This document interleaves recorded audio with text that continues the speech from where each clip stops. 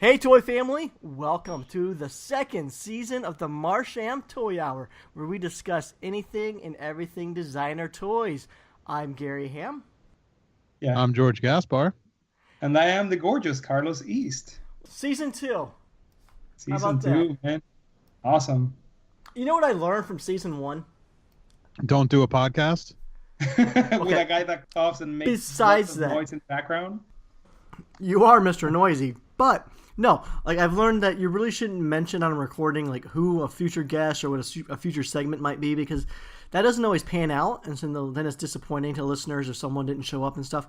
And then secondly, I learned that Carlos should never be trusted to book a guest.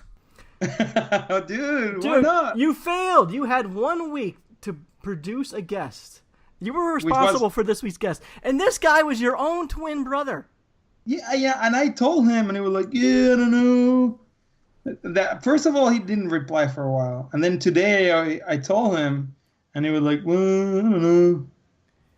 We don't want him anyway. You guys could be the worst twins ever. We got the good beast brother. You got the good one. What do you want, the copycat? That's okay. I mean, I love him, but come on, dude. It's like you got the good looking one, the one with the dog. You got the one with the cute That's dog. right. We got the good one. It wouldn't be a Marsham if we didn't mention Shamako. That's exactly. Right. That's right. But we do have another guy joining us. He's been on 2 other times. Kris Butiong is back again. I'm back. Welcome back, Kris. Thank you. And guys, this actually kind of works out because this week, Kris and I, we've been talking a lot through IM and whatnot, like we do pretty much every day, and we've developed a fun little game to play at the end of the. You know, our track record for awesome games is really, really high on this show, so I have full high expectations that this game we're just going to knock it out of the park. So it's gonna make it or break it for this show. Just you watch. So it's going to be a fun game, and we'll play it at the end of the show. But being that Kris helped spark the idea, I'm going to give you co-producer credit. Thank you. As you've stolen a bunch of my jokes that you reused and all my other good ideas. I don't know what you're talking about. If it wasn't funny, then you didn't steal it from me then. That's right. I got it from Carlos then. Yeah. So how about we just jump right into leaks and sneak peeks? Do it. Let's do it. All right. For anyone who didn't listen to Season 1 and you're new to Season 2, Leaks and Sneak Peeks is the first segment of the show where we like to mention anything that we've seen on social media, toy blogs, or anywhere that we want to make our listeners aware of. So, Kris, why don't you go first? So this one's actually like the second release, but I really like the colorway of this one. It's by 628. It's the green. It. This is the one I was going to do. Burn. Wow, the show just got shorter. Yeah. I hope you have a backup. Or you can go with this one. I'll go next so you have time to just peruse the internet. But it's the Green Army Edition Mitts, the Bumper Racer. It's just a cute little figure. You kind of get 2 in 1. It's a little like pilot dude, and he has a little bumper racer. You can take off the bottom half of him and sit him in it, or you can stand him up on his own legs and just have the bumper car separate. It's really rad, I think. It looks great. I think it's so fun. I like it a lot. And like $30, not bad. Yeah, $35 is good. You could actually buy a couple of them and actually set up your own little bumper car thing.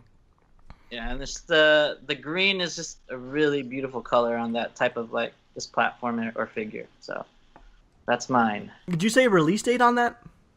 It's supposed to release March 19th. Okay. I believe Few Many will have some in their shop. They'll also be available online through 6/28 at 9 p.m. Japan time. Nice. Well, hopefully come when this airs, there'll still be some left. Yeah. All right, Del Farlow, what do you got? Del Farlow here.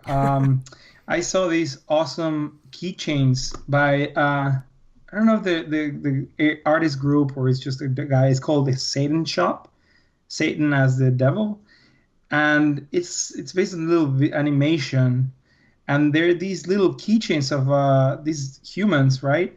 But they're like hanging by the feet with with chains, and and it's the aesthetics are very cute, Korean, kind of like super clean, but they're really funny because they all have these when they censor like people like on photos, they put those like black like squares on the eyes. They have that.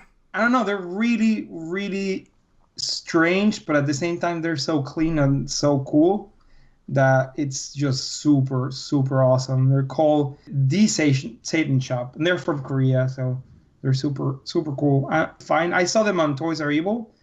I didn't find any information where it's gonna be sold, but I think they're like 1,300 wons.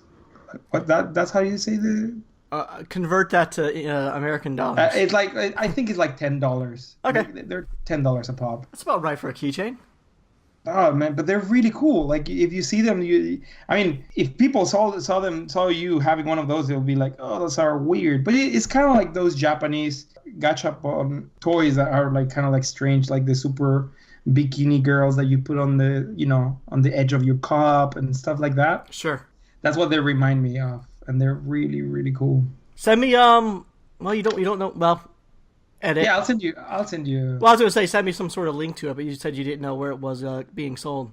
No, but you can probably. I didn't read it because I just suck at reading. All right. Hey George, you want to go next or should I go? I found something, but why don't you go next? Then I'll end it off with this. Okay. Well, I was on Instagram this week, and I was happy to see that an artist, Craig Gleason, is having his The Ghoul character made into a toy in collaboration with Justin Ishmael, and it was sculpted by Grody Shogun. Craig has only shared the first unpainted test pull from Japan, but it looks fantastic. It's anyone who's not familiar with his Ghoul character, he's very reminiscent of Nosferatu, and this toy is kind of posed like the classic Nosferatu stiff pose with his arms tucked into his body with the long, creepy, dangling fingers. And it looks great. And I'm guessing by looking at the photo, I'm going to say it's maybe 6 or 7 inches tall. There's no word on release date or price, but I was on Justin Ishmael's Instagram feed, and he mentioned that he and Craig are conjuring up a bunch of fun plans for this toy, and basically stay tuned. So if you want to follow them, you can follow at Craig Gleason on Instagram or at Justin Ishmael on Instagram. Nice. I've seen they've been posting like the sketches and like the development of these toys, and finally seeing it, it's really cool. That's awesome. I've been seeing his Ghoul drawing for a while, for years, and it always seemed like something that would make a really cool toy, and it's great to see that it's finally going to happen. It looks really cool, actually. Yeah, it's fun. All right, George, what do you got? All right, well, I'm going to change the subject from leaks and sneak peeks to the brand new topic of this week's episode of Why the Does This Exist? Oh. All right, and today's episode is going to feature something made by a guy named Tattoo Dave and made by Cooper, and it's called Boblerone. Oh, yeah. I saw that thing. Why the does that exist? That's the stupidest thing I've ever seen. It's just another mashup. You have to take Star Wars and find something that hasn't been done before. Yeah, but like a fucking piece of candy? I hear ya. Toblerone and Boba Fett? How does that go together other than there's an O and a B in the name of it? You're definitely pushing it with that one. That is the stupidest thing I've ever seen. Well, they came out with that other toy, the Milk House one. Do you see that one? No.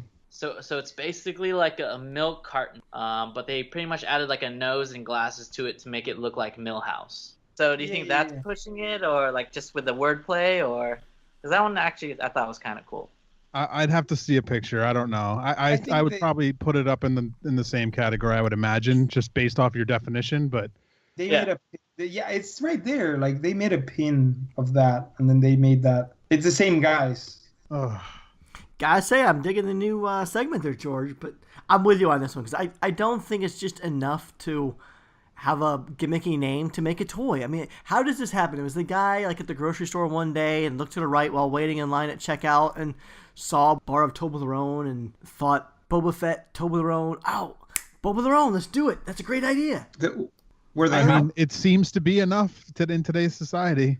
I'm sure they were just super high, and they were like, "Oh, you know what would be funny, dude? Bubble around." Okay, I just saw the milk house, and no, that's just as stupid. And then there's Gunter S. Thompson. Like, come on. Come on. I mean, that's fucking adorable, but still. I didn't see that one. Apparently, I will not be visiting this shop, I would imagine. Oh, boy. Man, nice to have you back, George, because last week it was mentioned by two people that I was like the crotchety old sourpuss of the episode. Were you? No, I was in a great mood.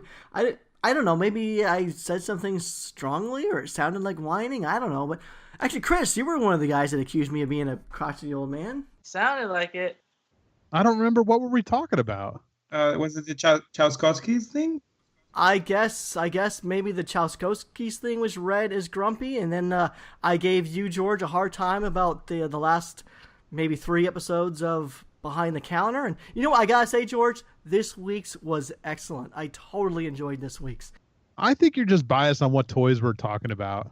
You know, I don't know. Maybe. But I know the guest was fun this week. Kevin, he was a good punching bag for you guys.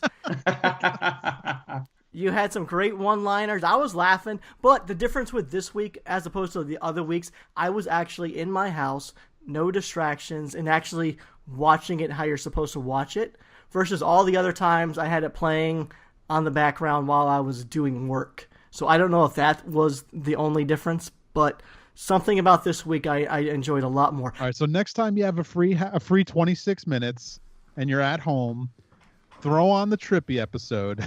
Just give it another watch. I will give it another watch. Give it another chance. Nope. Nope.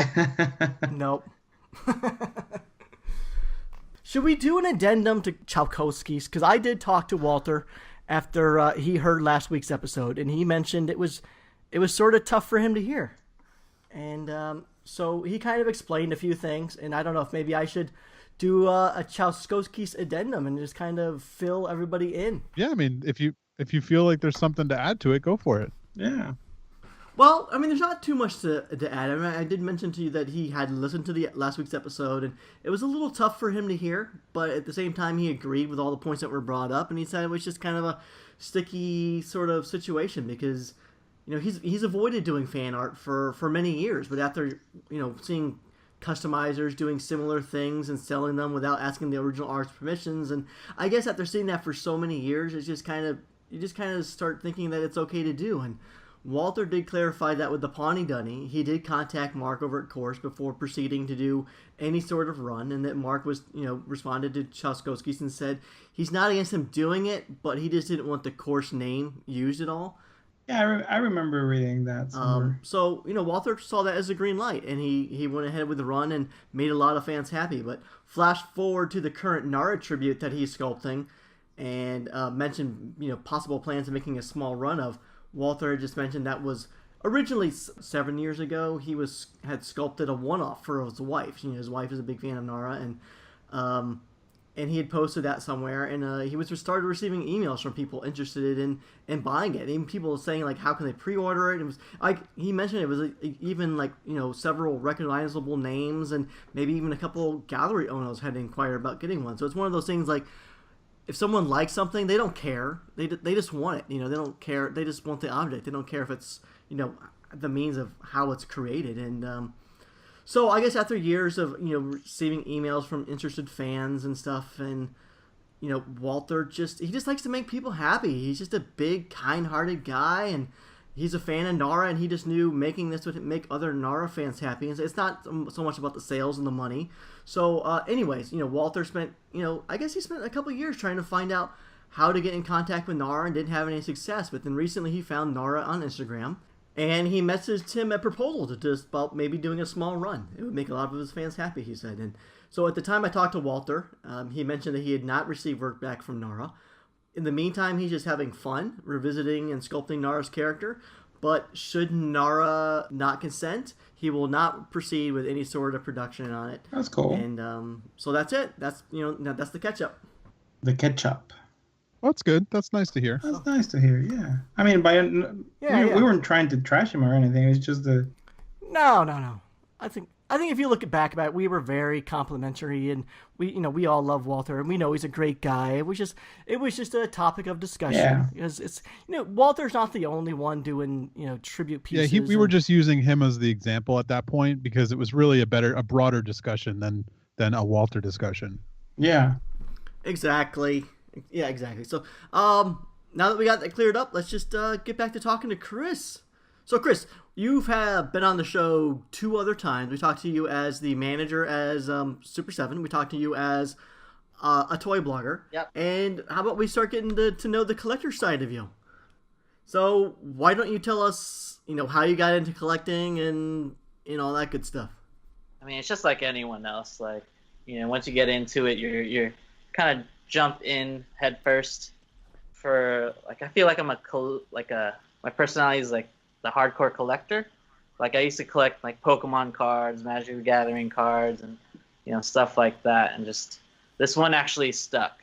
I actually started collecting when I first discovered Dunnies in like a comic book shop. And then I remember seeing like similar toys in old ads on like Pottery Barn Teens. Like they really design like the room and they'll place. I remember seeing a bunch of old like designer toys that is like, that's not an action figure. That's like nothing I've ever seen. And then that kind of when I stepped in that comic book store, I bought a blind box of Series 3 Dunnies. Next day I bought 5, and then the following day it was like a whole case. Damn, you progressed quickly. Yeah, so it was the actual time I started was like on my birthday. Like I had some birthday money to spend. And then like that same day I joined the Kid Robot forum, made friends, found local collectors, and then going to LA to like check out the events, like the opening of the Melrose Kid Robot, like the Hello My Name is Huck G Dunny signing at the Standard. I went to that, just made friends with everyone, What year was this? Boy, The Hello My Name is? Come on. yeah. No. When he first really started collecting, I mean, he said he kind of started almost on his birthday, so I thought he'd really remember. I keep forgetting. It's got to be at least 9 or 10 years. Okay. Well, yeah, so that got me into like, going to conventions and getting sketches, but I wanted to do something a little bit more unique. So I, like with the inspiration of Huck G's Hello My Name is Dunny, I started, buying Hello My Name is tags and just having, people sketch on them, sign them, just because like, with their artwork, it's almost like a representation of themselves. So pretty much like their names or, So it's kind of how I made friends with a lot of artists. Like I'd actually mail them out with extra stamps so they can send them back just for those I, can never get sketches from or obtain, or if they're too far away. Okay, so you're the guy that would email and asking if it's okay to send something, and then you would mail it to them. Get their address, mail it to them, and then you provide like a self-addressed envelope, and they would just mail it back to you when they're done. Yeah, exactly. Cool. Nice. Yeah, so that was like. I remember you doing that. I remember those "Hello, My Name is" tags. Yeah. Yep. I actually remember you like mentioning, "Oh, you should come on Toy Break one day." And I was like, "Oh my God, George Gaspar asked me to be on Toy Break." Oh, that's funny. Yeah. Your knees probably quaked. Yeah. Those are the good old days. Now you have like a Flickr collection of all those "Hello, My Name is" tags, right? Yeah, it's pretty outdated. But yeah, when Flickr was popular, I'd first take photos and then I started just scanning them, but it's not updated. How many do you think you have? A couple hundred. Wow. Damn. And what did you ever end up doing with them? Did you just throw them in a shoebox, or are they like in a plastic sheeted binder? Like, how do you store them? They're just in a drawer. I should be taking better care of them, but I know. Yes, you should. A lot of artists put a lot of time and effort in those. Yeah, I know. Take care of that stuff. They're safe though. They're safe. I think that's actually an interesting sort of topic. So I'm sure you went to conventions, and were most artists receptive to doing illustrations for you? Yeah, I mean, it's like just a part of it. Most conventions or shows, like ask for a sketch, they're happy to do it. It's obviously easier if I'm a huge fan, and it's just easy to talk to them about. And just it almost turns into like, oh, you're that Hello My Name is guy. It's like you sort of build a reputation being that person. Okay. Honestly, for me now today, I just feel weird asking for sketches. There's a couple of people that come to mind like that. There's another guy that collects glow in the dark monies. Have you ever done one for him, Gary? I don't know. I mean, I draw on a lot of platforms. I can't remember. No, but this guy, he has the like you said, like your collection of Hello, My Name Is like stickers, but he's got like glow in the dark, like the little Donnies, the little monies. Sorry. Oh no, never done one. Oh, of those, he's got so many too. So many. See, yeah, I always find it cool when people come by and they have a thing, like your stickers, because he's, I don't know, I think he's cool. Like it's nice to be part of like that collection. Like I wonder if you could like post them on Instagram or something, like the best stuff, because you probably have so many. Yeah, you should make an Instagram account for it and just do one a day. Yeah, one a day of your whole entire, like you could do it for a whole year probably. Yeah. I could probably. No, I don't know if I could fill a year, but I could probably just keep continuing it. Yeah, do you have a Carlos one? I don't. Yeah, I don't think so. I'm pretty sure you have one for me, right? I think so, actually. I think you do. I think I remember doing one. Yeah. I'm not sure, but did you email me once and I just never responded? That sounds like something I would do. Probably. That sounds like What a dick. What a dick. No, I've done that for other people. They've mailed stuff and I've doodled and I've sent it back, but I don't remember ever getting the "Hello, my name is" email. And granted, it's not a new thing because people do like those postage stickers or like any types of slaps, but it's kind of my thing. Yeah, you were doing it early on, dude. I did get gripes from other people, like saying it was their original idea, but I wasn't really trying to claim it. It was just for me, so. My original idea. Come on, it's just. That's nobody's idea. No. Come on. No, Yeah. I don't mind drawing on stuff at all. Like something like that, that's actually pretty cool and unique. You'll get people showing up to you at like Comic-Con booths. I think one time I drew on like a ukulele or something like that. And most of the time it's platform toys, but the only problem I have with doing drawings, especially like free drawings, is sometimes this stuff ends up on eBay and your generosity. Yeah, it turns into stupidity. Yeah, exactly. I mean, that sucks to, be generous to someone and, time and effort and, talent put into a sketchbook and then someone just Gonna flip it. instantly just flips it. Yeah, that sucks. It's, you're not there to perform to give them $40 or $100 or however much this thing flips for you. But you, at the same time, it's tricky because you want to make your fans happy those few times that they maybe get to see you at conventions and stuff like that. So I don't know.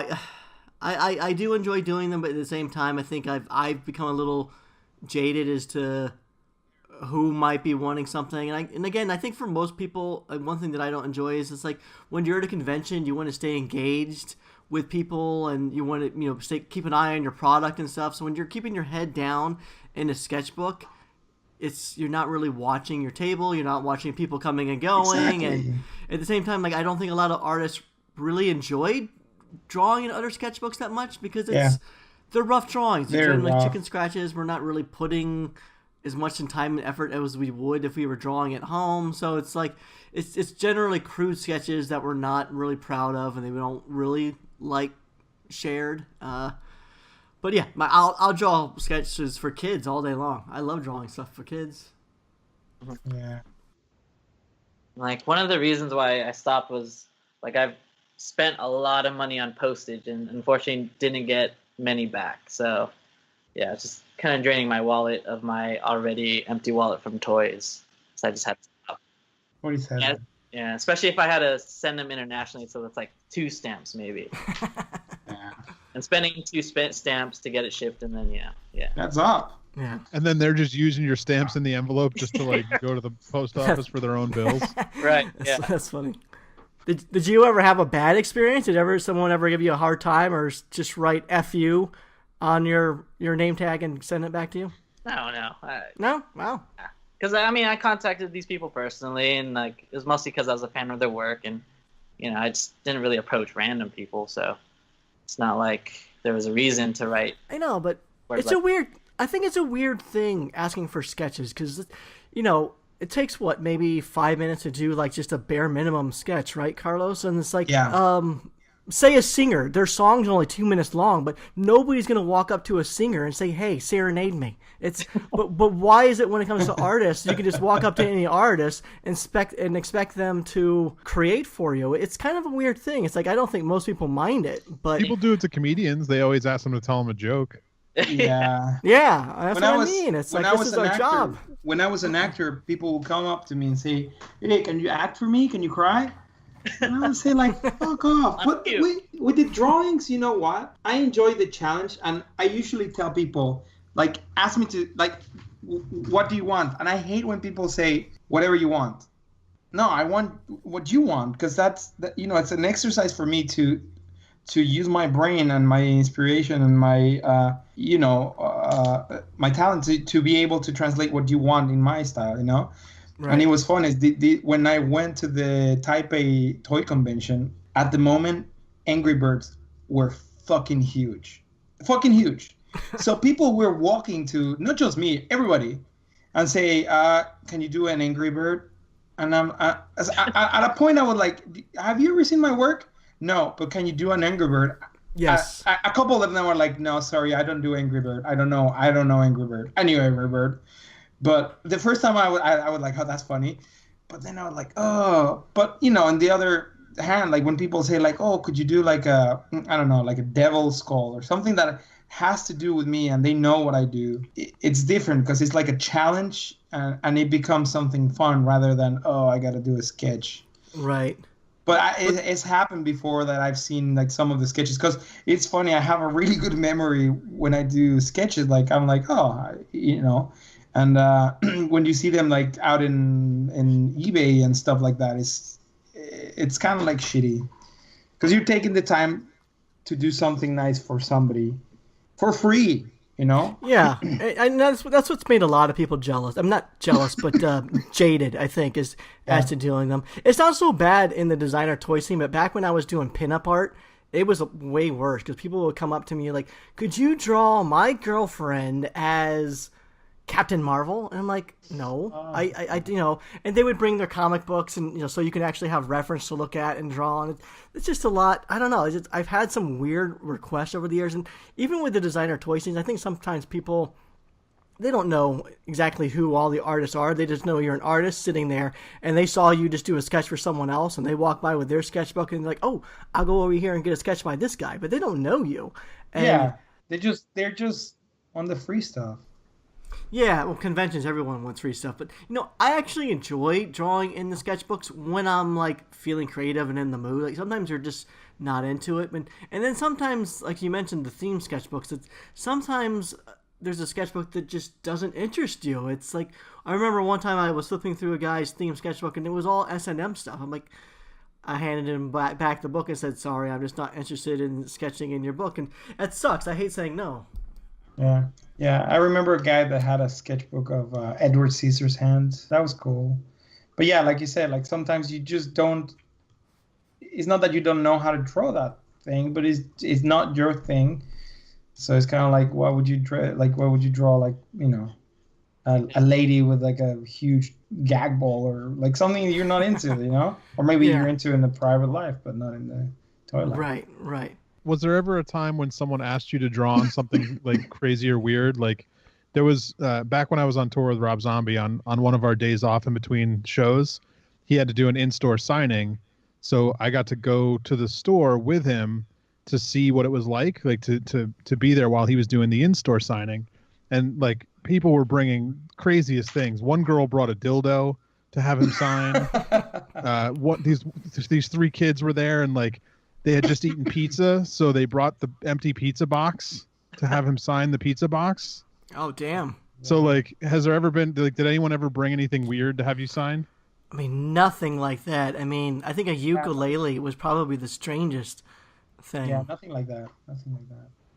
But, it's also intimidating when there is, sometimes people will bring, like, extremely high-quality paper that they only got like from Japan, and it's like you just can't go across the street to the local art store and just get this paper, and they'll ask you to like draw on this expensive, fancy, special paper, and it can be intimidating. Even just sometimes drawing on a platform, like not like maybe the 3-inch ones, but if someone spent good money on like a 20-inch dunny or something like that, I don't know, it can be intimidating. I have seen people with like 20-inch keys walking around and having people like sketch parts of it. Yes, yeah. Yeah. Yeah, done a few of those, which is fine because you're just one of probably 100 artists doing it. It's not like you have to draw the entire thing. Yeah. But still, it can be an intimidating thing because those are $200 items. It's just an added level of pressure, I think. The guys from Tramp always bring to the conventions. You know, Tramp, the website. Yeah. They always bring either a huge money or last year they brought to Designer Con a Snorse, like the big horse by Pete Fowler. Oh, that's a cool one. That's a cool one. It was cool, and the cool thing is like you probably know everybody that sketched on it. So in that one, you want to do a good job because you know it's kind of like a thing that you're doing with people, with your friends, the people you know, and it sometimes it's funny, like like the placement. It can be funny how like some people interact with the other people, and I don't know. Those are fun. Those are very fun.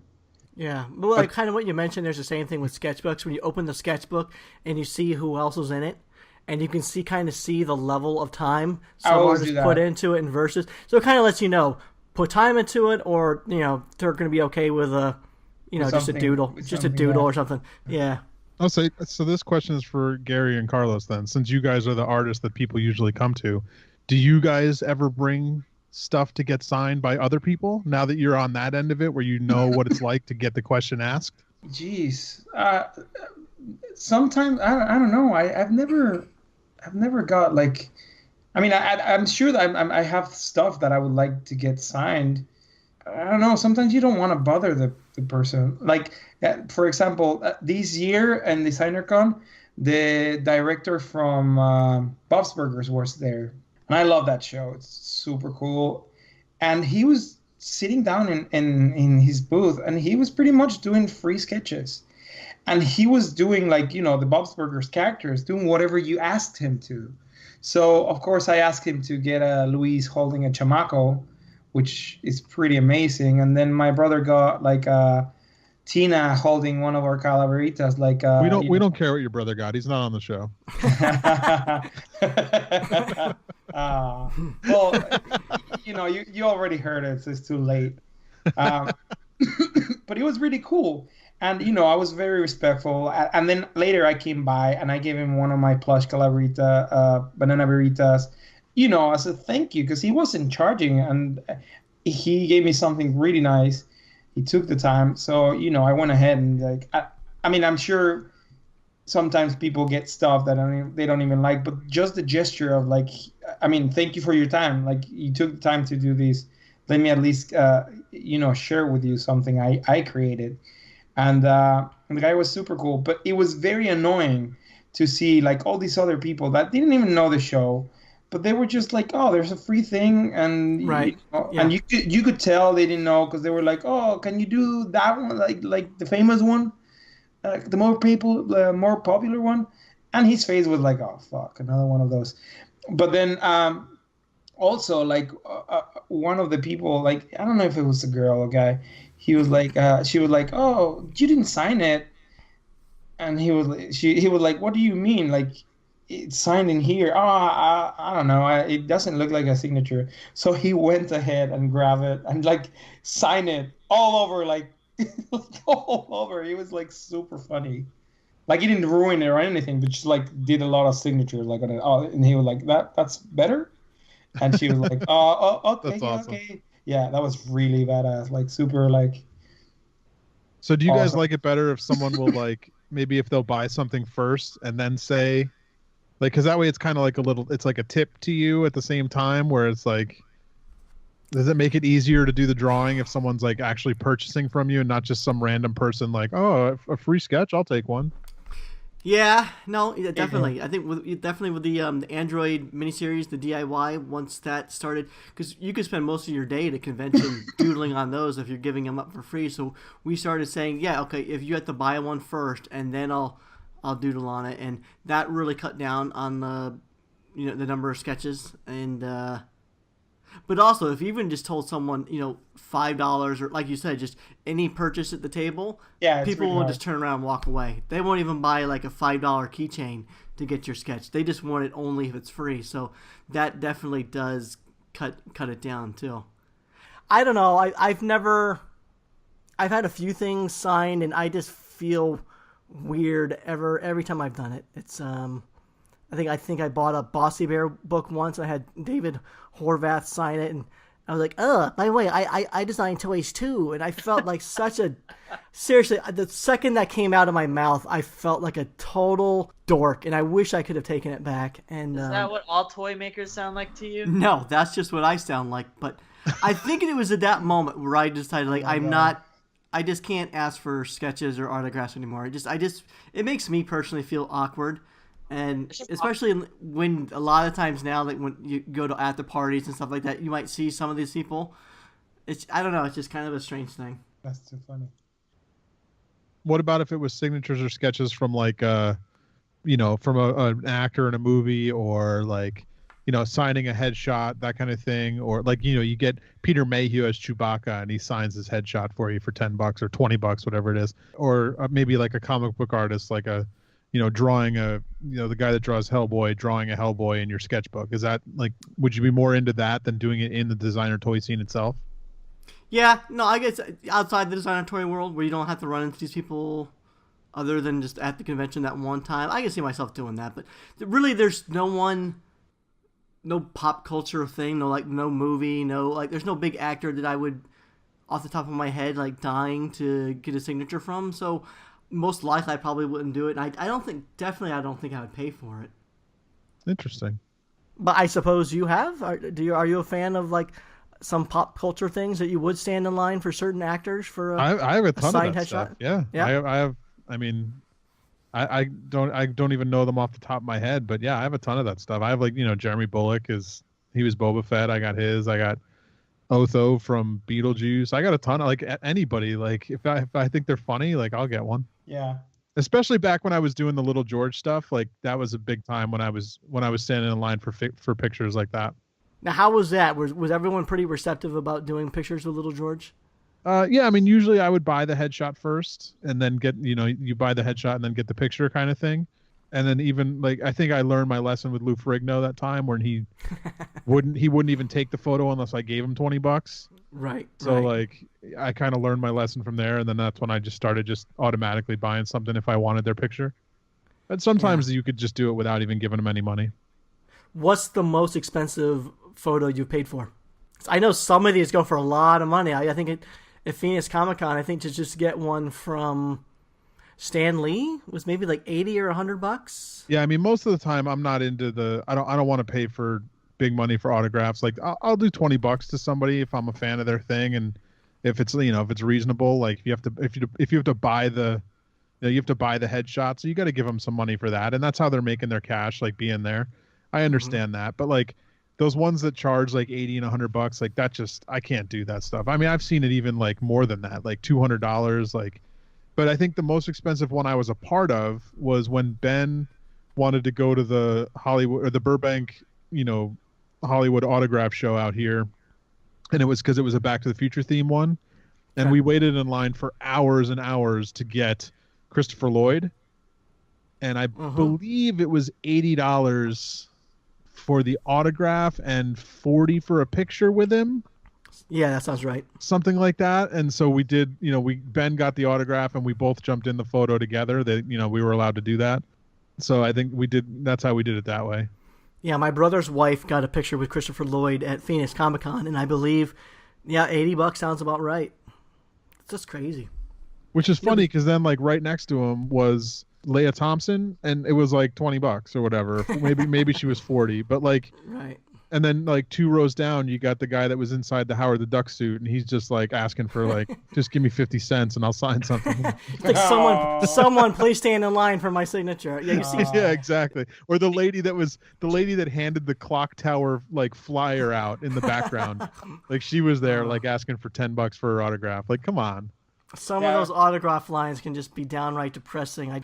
It's like old wrestler row, like from the old wrestlers from the 70s and 80s. Yep. And I'm having a tough time, like, even thinking of anyone who I'd want to stand in line for a signature. Like, when I'm at Comic-Con, I love just walking by and being able to see the actors on the big screens and stuff like that, but I've never felt the need to stand in line and get signatures or anything. But you know what? Back in the 80s, I was a huge Dukes of Hazzard fan, and my dad was a big car nut, and he took us to a show called World of Wheels, and there I got a signed photo from Catherine Bach. She played Daisy Duke, and that was like the most awesome thing in the world to me. She was probably my first female crush, and to have that photo of her sitting on top of the hood, and it was like a black and white photo, and man, she was so hot. But yeah, and the disappointing thing was when you see these actresses or actors, many years later convention, they don't always hold up so well. That's awesome. That's a great one. That's pretty cool. Do you still have it? I don't know what I did with it. I'm sure he would. I think my Shamako, shut up. Yeah, let me shut him up. Daddy's talking. I think my first headshot was probably it was Darryl Strawberry from the Mets. Oh wow! I think it was like 1986. I went to a baseball card trading show, and I got to get Darryl Strawberry from the Mets. But you're not a sports guy, are you? No, I was into baseball when I was little because I played in Little League and stuff. And sure, right. I feel like as a kid, you kind of have to be like into baseball. And then I realized like I don't like sports or anything like that. So. Yeah. I used to collect baseball cards too, and I'm not into baseball at all. But I collected them when I was in the farm league, so probably same scenario as you. It was just that collector thing that, again, like I was maybe 10, I was playing farm league, baseball, and I got into just the collecting of these cards. I didn't know who the players were. I didn't watch baseball, but I would stay at my grandma's house, and every day we would walk down to the local convenience store, Circle K or 7-Eleven, I don't remember what it was, and when she would buy me one pack of baseball cards, and that was probably my first experience that I could think of when I started getting that collector itch where I needed the rare card or keep things intact, and I would go back to my grandma's house and I would keep them all lined up, and every day I would look at these things like crazy. Like, I don't know why they meant so much to me, but they did. It's weird. Oh yeah, I could still remember getting Jose Canseco rookie card and like being like, yes, I got the rookie card. I don't even know who Jose Canseco is. Yeah. Right.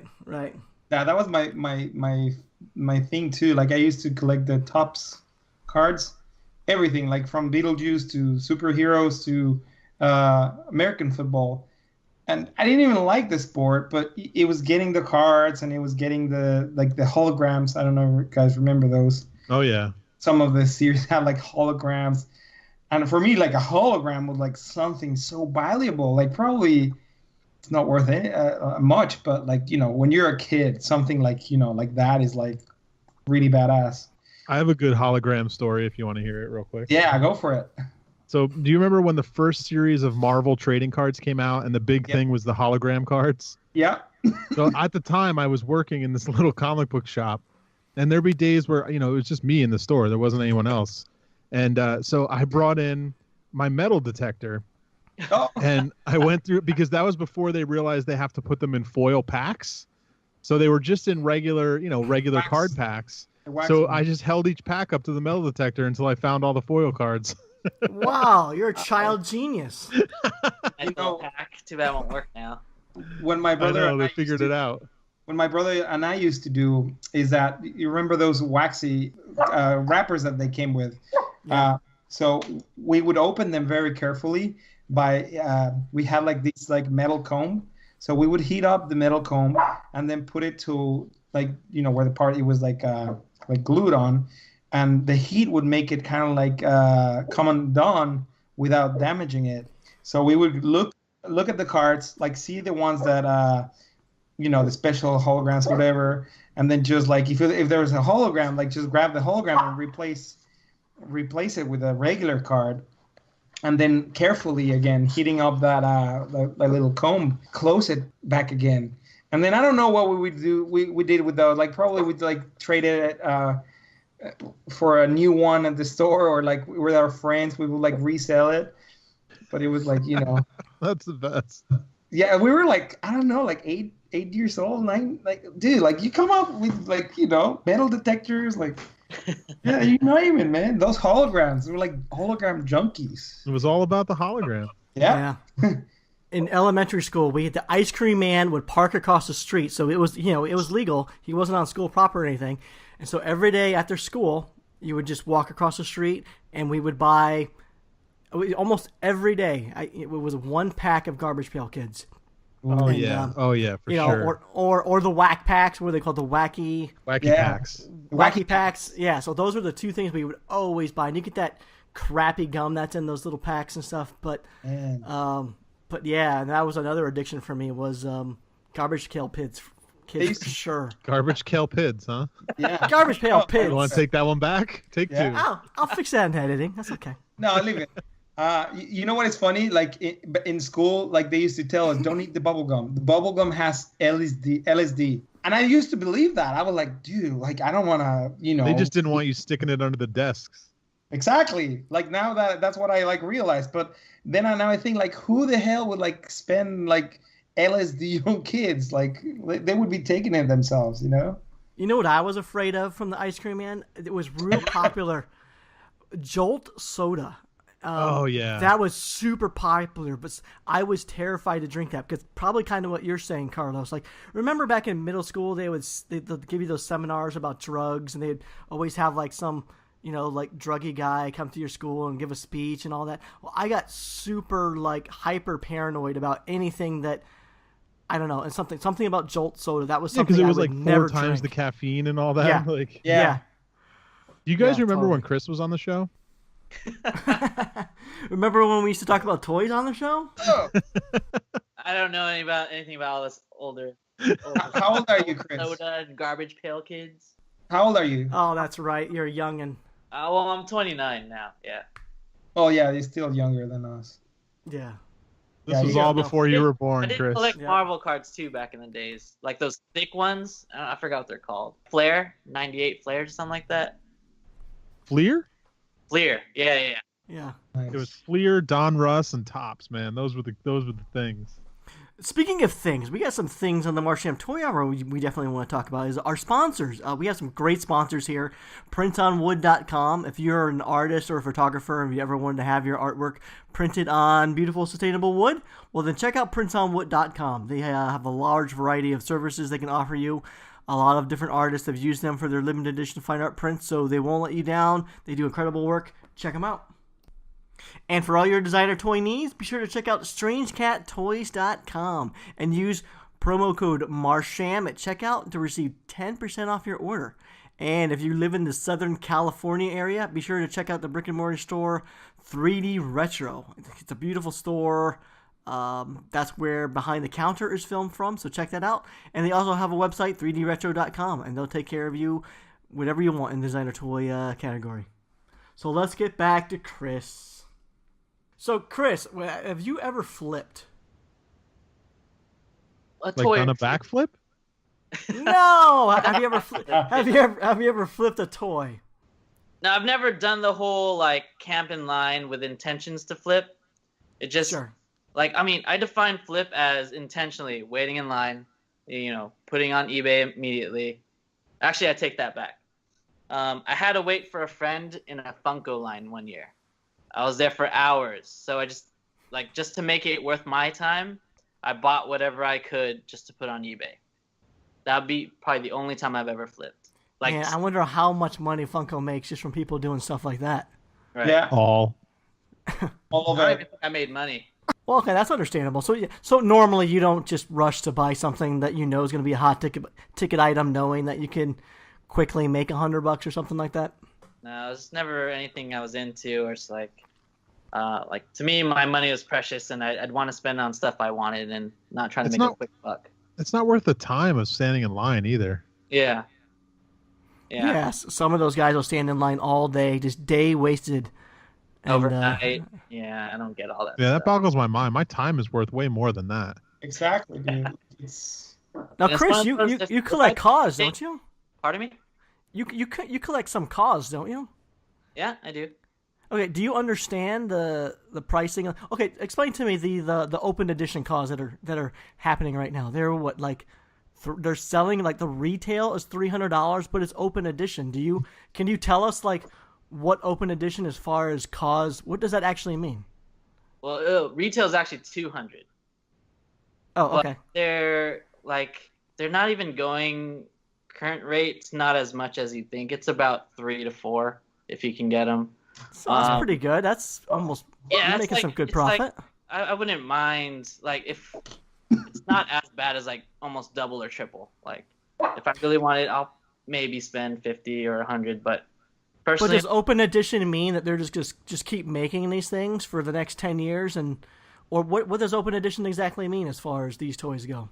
I don't even think there's a clear explanation because I think I just saw Toy Chronicle posting about how there's going to be another release in Japan. So is it they're just going to keep making them? Or I think I heard someone mention before open edition just means like open face, no box. So I have no idea, honestly. Yeah, I guess I would interpret it as, it's just something that they're not going to tell you they're only making 200. This is something that they could just produce whenever and however many they want, just whenever they want. That's kind of how I interpret it. Right, that's what I'd hope for too. I think that's what it is because, the price is way cheaper than the ones that you get like regularly, and I think it must be the thing that they can produce them. They can make a drop whenever they want. Like if there's like a special cost like museum thing, one of those shows that he does all over the world, they probably do a drop kind of like to go with that. Okay. Yeah. Because they're doing them in waves. It feels like. Exactly, and they're probably testing. There's so much people wanting them, and the secondary market is making so much money out of it. So they were probably like, "Fuck it! Like if we can just make a ton of them and make the actual money ourselves, why not?" I think that's probably what's going on. Like, yeah. I saw a couple like when I was looking at the prices, I was like, I'm wondering how these particular this dissected one, for example, like the black and with neon colors and stuff, like somebody was selling it like for $6,000 to $8,000. Damn. And it's like, and there's people paying that kind of money for that. So if you're the artist, if you're smart, you're just like gonna make more of that. And of course, you cannot sell it for that. But if you sell like 1,000 of them at $200, you're even making more money that you originally did on the first drop. Do you think the bubble's ever gonna burst on cause or no? Nah. Say. Some people are saying that he's gonna retire, and that's why he's doing this thing. But I don't know. Like, how can you retire? I mean, I think it's tough to retire as an artist.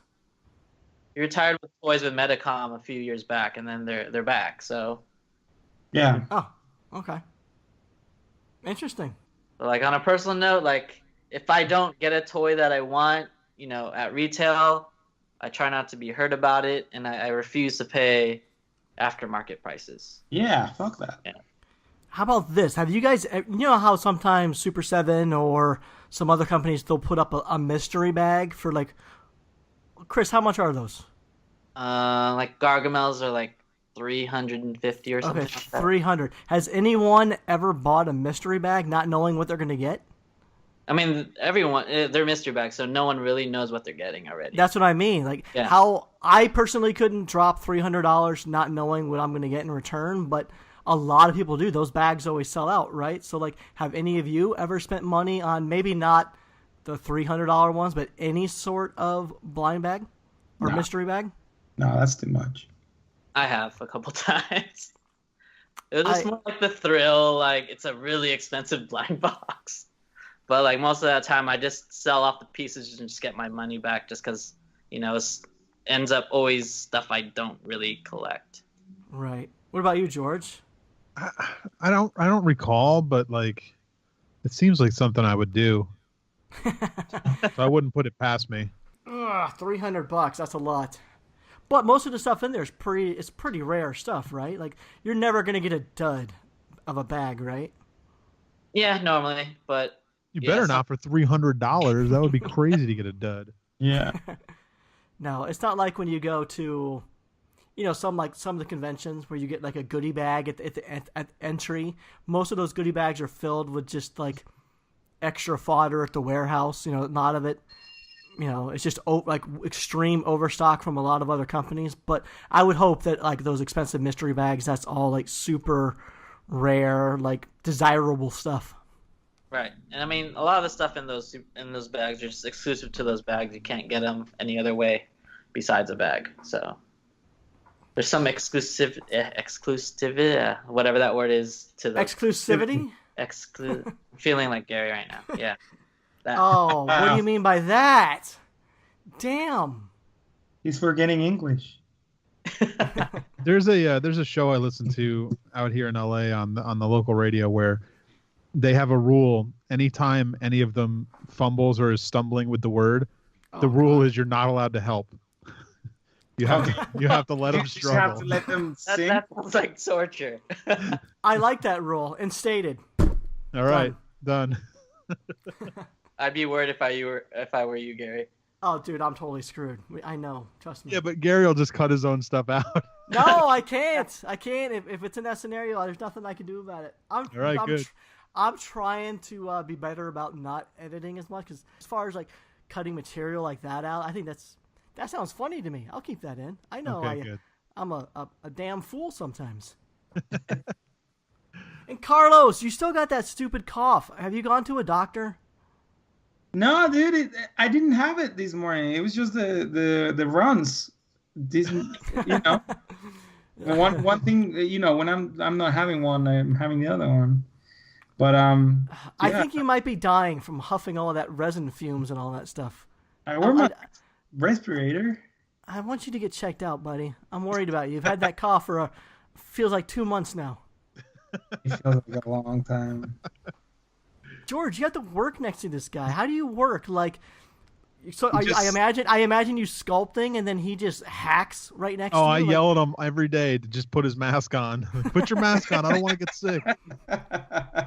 Yeah, put your mask on. When he was getting ready for Hawaii, he was like telling me, if I get sick, I'm gonna kill you. Oh yeah, I was brutal. I was like, dude, don't even breathe near me. Yeah. It was like that. It's okay. You didn't get sick. Lucky for you. Yeah, lucky for me. My life was hanging by a cough drop. All right, guys. Are we ready for some gameplay? I think so. I think so. All right. Okay. Have any of you ever played Dungeons and Dragons? Or any sort of role-playing game? I've played role-playing games before. Not specifically Dungeons and Dragons, but I played a Star Wars role-playing game back in high school. Somehow I knew you were going to say yes, George. What about you, Carlos? Yep. Okay. I used to play Warhammer. Okay, well, Chris turned me on to a couple, which is funny because Chris he's never played Dungeons and Dragons before. But for some reason, somehow, he got into listening to a couple really funny Dungeons and Dragons podcasts. And so I started listening to a few based on that suggestion. And next thing we know, like, I started playing designer toy Dungeons and Dragons through IM with Chris, and we were just coming up with these hilarious scenarios. And a light went off. Like, this is a game. We have something here. We can play this on the show. But anyone who's ever played Dungeons and Dragons, it's a very complex, very detail oriented. You create your characters. You have dexterity and you roll dice to determine your strength and dexterity and intelligence and what race and class. Like, so we got to dumb this down. We can't get into that level. So my dice. Oh man, Eddie. you got dice. You got the dice bag out, dude. I got all my dice ready. I got my 20s, my 8s, my 12s, my 3s. Oh damn! Critical hit. Okay, we might have to keep it simpler than that. So. Okay, let's just work with a 20-sided dice. Okay, got it. I will be the Dungeon Master, which anyone who's not familiar, Dungeon Master is essentially what? He's like the host, the storyteller of the game. And you guys you're are the going to toy be master. Players. I'll be the Toy Master. And this game is called Designers and Dragons. And so here's what it's going to be. We don't have time to create characters, so I just went already ahead and created your characters. George, you will be playing the character George Gaspar, he's a middle-aged man with a glorious beard. Wait, can I at least be like a dwarf? Well, the dwarves have beards. Like, you got to at least bring some Dungeons and Dragons into it. You want to be a dwarf? You're a dwarf. All right. You're a dwarf, a middle-aged dwarf with a glorious beard. He's a sculptor of sorcery, and by that I mean anything you sculpt can come to life. Nice. It's pretty cool, right? I like it. Carlos, your character's name is Beastie. You are a traveling actor with your faithful wolf-monkey hybrid companion, Chamaco. You yield a Calaverita skull that, if looked directly at, gives you the power of persuasion for 1 minute over the entranced. Nice. High charm, I would imagine, in that character. Oh, high charm. Oh, very nice. What level? We'll make you a level, 7? I don't know. We could start with level 7 charm. He can work up from there. Okay. Kris, you're going to be playing Kris. You are an extreme. Really great names, by the way. I figured it'd be easier for the listeners to know who's who. So, you are an extremely buff Asian man with eagle-like eyesight. There you go. You are a toy blogger, and you are going to be documenting the travels of your clan. Okay. So let me kind of set this how this is going to work.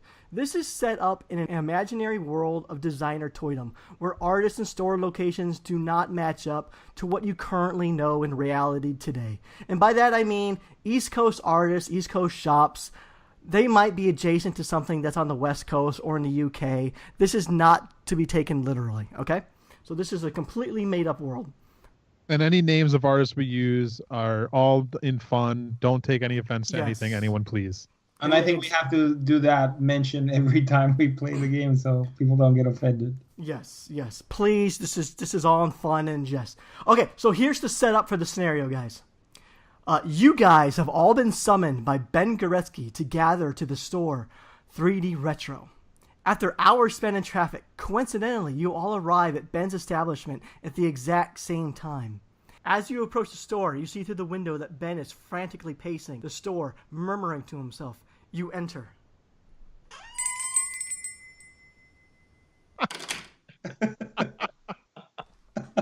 It's like I'm there. Upon seeing you, Ben locks the door behind you and pulls you off behind the counter. Guys, something terrible has happened. The Oracle Dove tells me a hellmouth has opened up in the middle of the Pasadena Convention Center, and the diabolical wizard Skinner has risen from it and overtaken the Pasadena Convention Center along with all his menacing mercenaries, Crawlus, Ultra Spog, and a horde of lurkers. Just then, the phone rings. Ben is shaking in fear. Should he answer? Yeah, of course. Get it. Okay. What store is this? This is 3D Retro, you moron. I've said it several times. The store doesn't pick up the phone. Like he's scared. Okay, so hold on. He puts the phone on speaker. Hello, this is 3D Retro. Ben speaking. Well, hello guys. Guess who this is? It's your buddy Skinner. But maybe I won't be your buddy anymore because I have some real bad news, man, for you in the Pasadena Convention Center. Listen up. I'm tired of the mashups. I'm tired of the enamel pins. I'm tired of all the licensing crap. And I'll tell you what, guys, it's really stifling our originality. And I tell you, the He-Man stuff, man, the bootlegs, you guys really know how to take something special and just turn it into garbage, man. And I'm sorry. I'm off the deep end on this one. And I'm a bad boy. And I got some bad boys with me. Okay, all my minions, we're going to do it together. This has got to end. I'm destroying the Pasadena Convention Center. I'm destroying DesignerCon. You guys got to watch. You're going to watch me destroy this stuff. And I hope that you understand that I'm doing this for all of us together. I'm sorry, I've lost my mind. I'm crazy, boy. don't get weighed down by all them enamel pins on your jacket and cry, because out of destruction comes a new day. And maybe that new day is not going to be licensed stuff, Darth Vader, Garfield mashups, and no freaking stuff like that. Okay? I love you, and I'm sorry I have to do this to you. Goodbye. That's amazing, dude. Oh my God, that's the best thing ever. I don't know if I want to travel and save it or if I want to let it happen. I want to join him. Oh, man. This game might be really short. Yeah. The designer toy scene needs your help. Ben explains it's like the Hellmouth. It needs to be closed. It's the doorway to other dimensions, and more evil will be unleashed, releasing hell on the designer toy world. Ben wants you to assemble a team to battle Skinner and his mercenaries to save Designer Con from demise. Now, Ben knows you guys are going to need some help along your journey, so he mentions that you can use his store to gather any munitions and goods needed for your journey. He suggests you stock up on toys that you can offer as trade or flip as needed to form alliances. Okay, guys, the game begins now. What do you do? Right, well, we gotta figure out if we want to help Skinner or save Designer Con. All right, well, obviously we have to save Designer Con. That's the game. Yeah, we have to save Designer Con, because apart from, you know, the Darth Vader Garfield mashups and the enamel pins. We need to make a Garfield Darth Vader enamel pin for this Designer Con, by the way. Yeah. All right, so I guess we look around the store and try to figure out what we need. Okay. Does Ben still have that 1-in-1 scale Boba Fett? Yes. I'll definitely take the gun and possibly chop off the helmet if I can. All right, I'm gonna take. I know he's got a. I think he still has a case of the 13 Dunny series. Those will flip for good money, I think, at this point. So I'll take a case of those in case we need the flip money for something. Yeah, for the funds, right? Okay. Is the DeLorean a part of the deal? No. That's our vehicle, dude. He does have like a 2-foot Batmobile in there. Can we make that thing run? Yeah. If you want to lug it around, feel free. No, I want to drive it around. We can take the bus.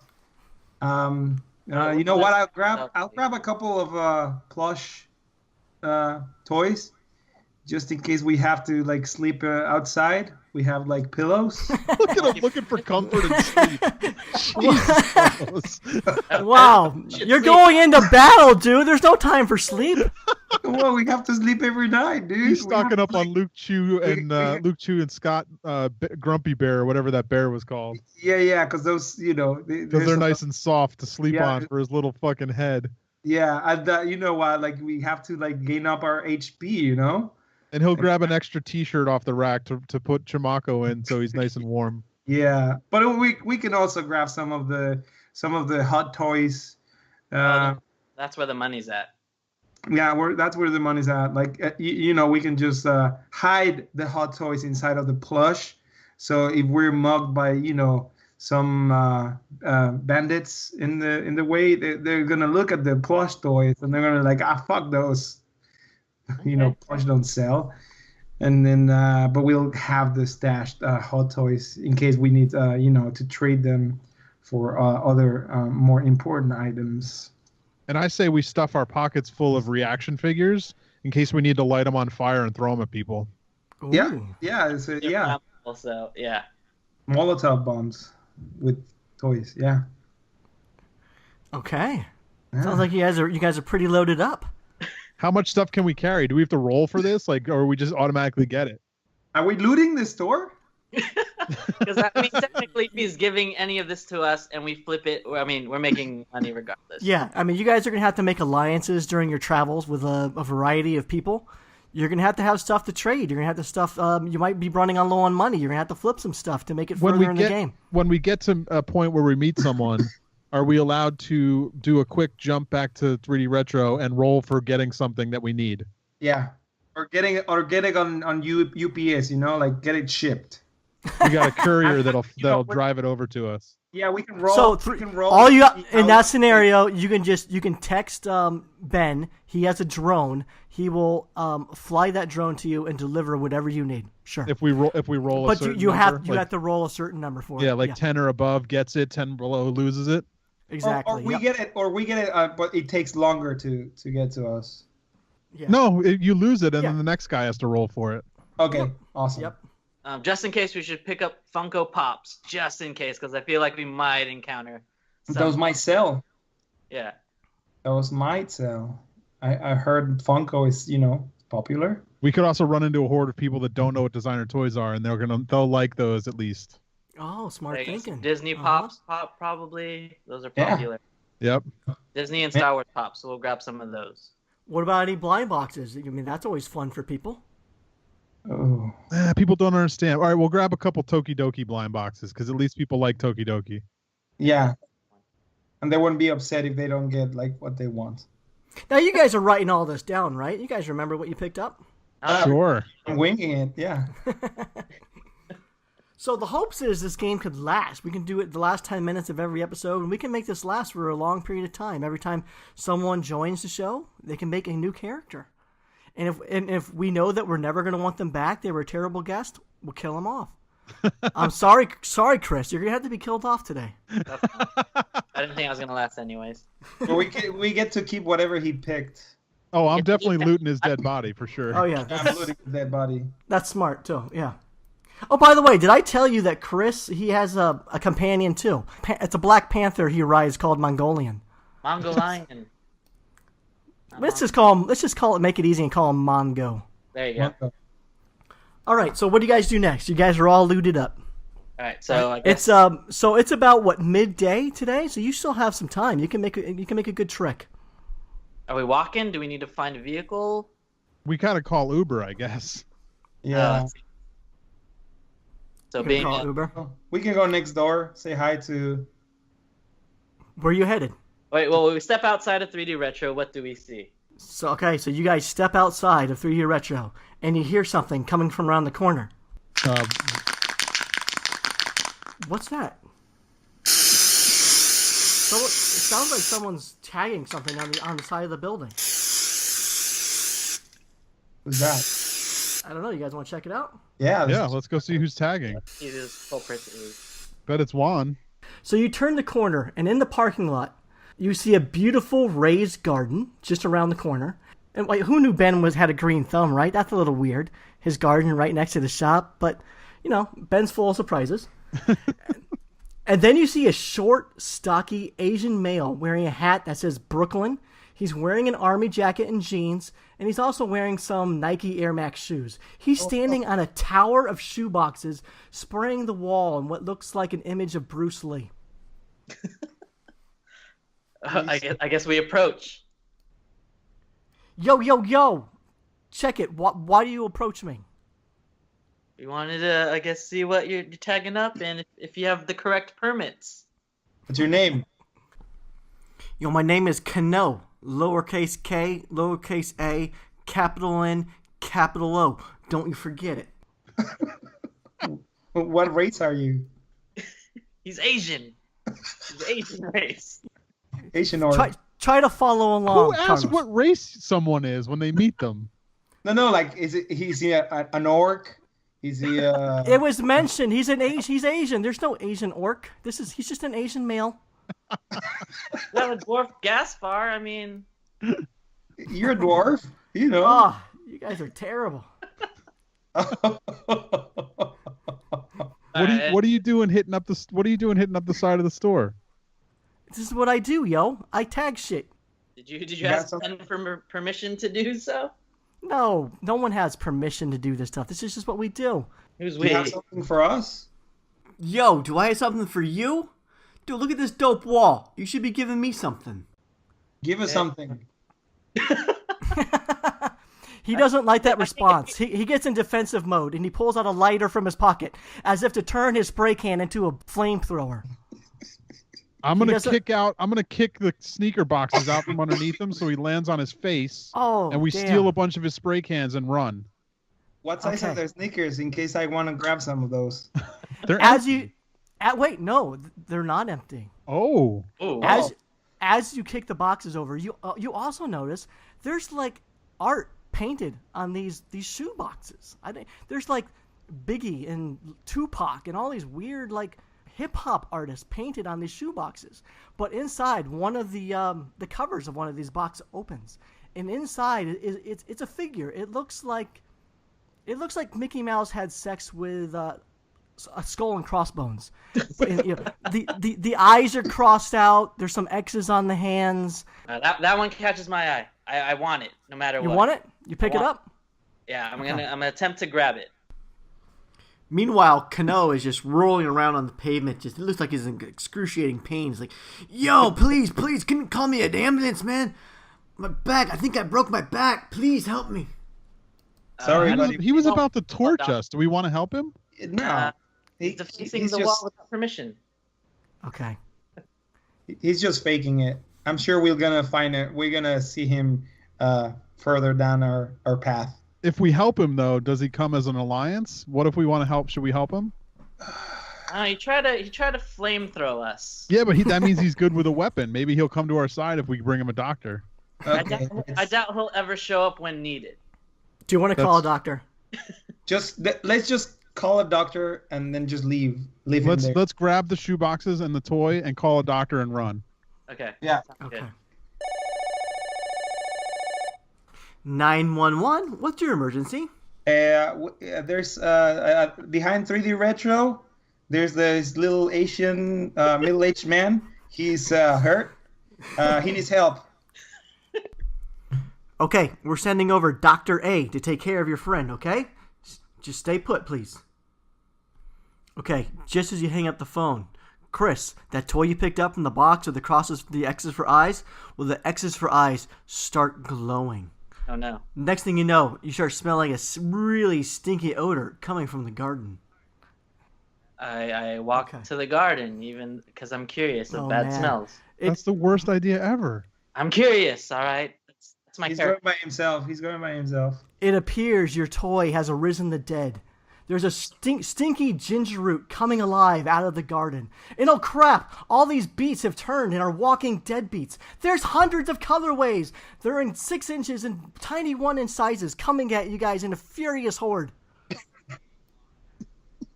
I obviously walk backwards and try to avoid the horde of deadbeats. I grab a shoebox and start putting all the mini deadbeats into one box. They start biting your hands. Oh crap! I need my hands for sculpting. Save your hands, George. Can't you sculpt something to save us and fight off these deadbeats? Do I have sculpting material? You do, but the stinky ginger roots and the deadbeats have completely surrounded you guys. They're starting to begin to claw at your pants legs, attempting to crawl up you. The stinky ginger root, it's so strong and it's so overpowering, it's burning your eyes, and it's very difficult to breathe. It's almost like you've been sprayed with mace. Shit. Pick up some of the spray cans and that lighter that Kano had. Yeah. And start spraying them all with Okay, flamethrower. you know what? Okay, you're going to need to roll for that. Yeah. So you're going to need to roll, let's see, at least a 10 or more to determine if you get out of the scenario. All right, I'll roll the first. Oh, shit. 2. Oh, man. The can, it misfires. Nothing comes out. All right, someone roll for me. All right, I'll roll for you. 3. God damn it. These Kano cans suck. Carlos, you going to roll? Yeah, roll for me. Kano reaches into his bag and hands you a new spray can. Thank you for calling the ambulance for me, yo. All right, I'm rolling. 12. Nice. Yeah. All right. All of a sudden, the beats just... They just start screeching and they're going up in flames. That was the beats. But Kris, one had crawled up your leg and he's starting to bite your nards. You're thrashing around in pain. You need to go to the hospital, buddy. Already? Fine. Yeah. Who's calling me? Who's calling Dr. A for me? Well, Dr. A is already on his way, so maybe you should just hang out with Kano. Sit down Kano. next to Kano and just... Kano. No, I'll keep company. Cano. All right, so the ambulance arrives. Dr. A gets out, and they put Cano on a stretcher, and Kris can walk. He seems okay, but they want to definitely check him out, so they put him in the front seat of the ambulance, and they ride off into the sunset. And so, guys, you're down one man. We're going to end the journey here, and we'll pick it up next time. Oh, boy. Oh, man. Carlos, we're screwed. We're screwed, man. But at least we have some art that we can use to, trade. That's true. We can do this. All right, we're gonna have to figure out how to get to Pasadena now. So next episode, next week. Yeah. Let's pick it up next week. I'm intrigued to find out where this journey takes you guys. And I knew I should have picked up that cause toy. Oh no! Look at that! Oh, God, during that whole flamethrower torching of the deadbeats, you guys burned up all of the Cano hand-painted boxes. That stuff could have been valuable. Now it's just a big pile of ashes. But look at that. In the ashes, it looks like Kris had left behind the toy that he had picked up from Cano. The eyes are no longer glowing. Oh, we're definitely taking that with us. We're taking that with us. All right. But it arisen the dead. Are you? We're gonna need that at some point. Put that in my sack. Okay, that was a fun first round of Designers and Dragons. Nice. I love it. So yeah, that was a lot of fun. It's not easy being the dungeon master. I think I just added more work to myself every week. But Kris is co-producer. He'll be helping me come up with scenarios and other people that you're going to run into along your journey. I think it's going to be a lot of fun. We have a lot of things already scripted up. A lot of cool, fun things that you guys are going to be running into along the way. And hopefully this is something so right now I would say that Designer Con isn't happening, everybody. Depending on how Carlos and George and whoever they pick up to align with them along the way, determining however they do on this game, it's going to determine how Designer Con, if it happens or not. I think we should, during the week, roll our... Oh, hold on. Fire! Cano is in your house. Sorry, guys. Jessica's cooking, and that means things are burning down. Oh. So we have a very sensitive smoke alarm in here. Okay. There's not actually any smoke. It's just heat. It went off the other night because I was boiling potatoes. Wow. That's very, very sensitive. So this game sounds like a hit. This is a game you guys actually like?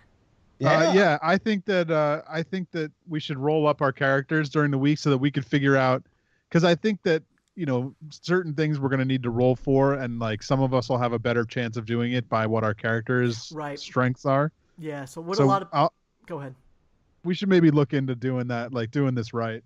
Yeah, we can take it a little bit further. I think I kind of agree with you. I just didn't want to do this whole character building thing online, but we can take it offline. And for what people know, so you'll get into scenarios where you might have to charm someone or maybe ask a question that might be above your intelligence. So you have to roll things to decide if you persuaded someone to do something or if your question gets asked. And so that's how this game is kind of going to go. We'll keep it simple. But we definitely need to have the characters have some sort of something for us to roll for. We're not going to get into modifiers and all that sort of stuff, but we'll keep it simple. No, we'll just keep it easy. Like keep the basics of D&D. Yeah. I like that, we're like just improvising and it's funny. It's fun. Yeah, I didn't know where I was going to take it, and it's one thing hard about being DM. I didn't expect George to be kicking down those boxes, and I didn't know what was going to happen, but it's fun. It's going to be interesting. And I think as long as, Kris and I can as long as we can plan out the scenarios a little bit, so I knew when you guys left the store, you're going to run into Kano and there was going to be a garden and stuff like that. But, I didn't know what was going to make the garden come to life and all that sort of stuff. So it's going to be fun. And I think hopefully this is not a deterrent to getting guests on. Hopefully this is something the guests will want to play. If not, we can just, talk to the guests and then we'll end their bit, and then George and Carlos will continue with the game. Yeah, I think that's fine. The guest doesn't have to be a part of it if they don't want to. Yeah, exactly. And how cool was it that the Skinner actually called in? I was just going to ask, how on earth did you get Skinner to do that in like a day?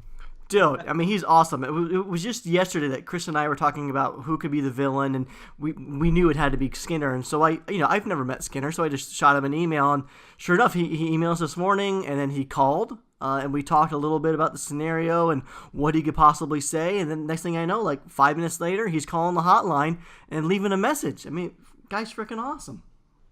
Dude, he's super into D&D. I knew he would be. Critical hit, like his website. I mean, he's got it, and he's like the Yeah. I'm wondering what his minions are gonna be. Dude, I told you what the minions were. They're lurkers. They're lurkers. No. But he's like who, like in the real world, like who's designer? You know, who are going to be the bad guys? Who else comes out of the Hellmouth? Well, that you'll have you will have to find out. He's not in charge of the Hellmouth. He was just the first person to come out of the Hellmouth and taken Pasadena Convention Center as hostage.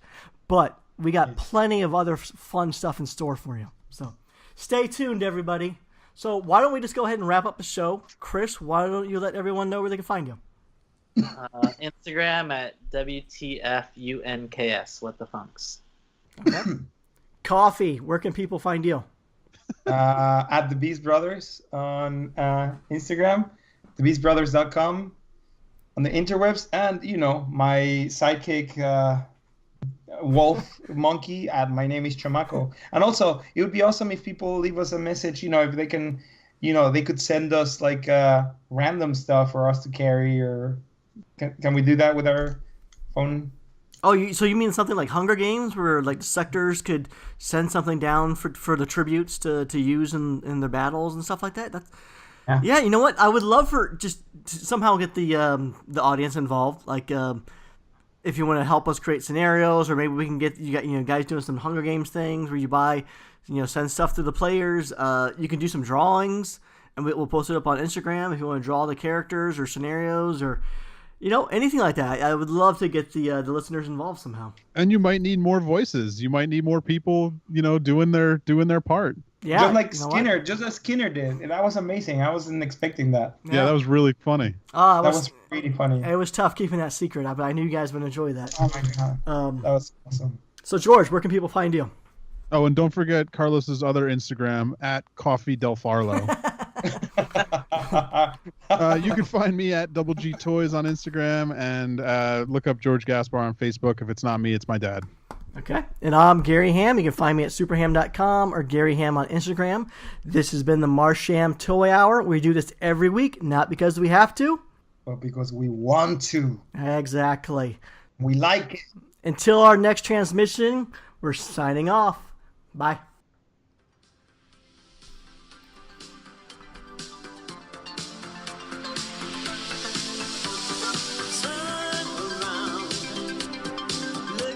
You see in her face the mirror of your dream. Make believe our memory when in the light. Missing on the pages is the answer to a never-ending story.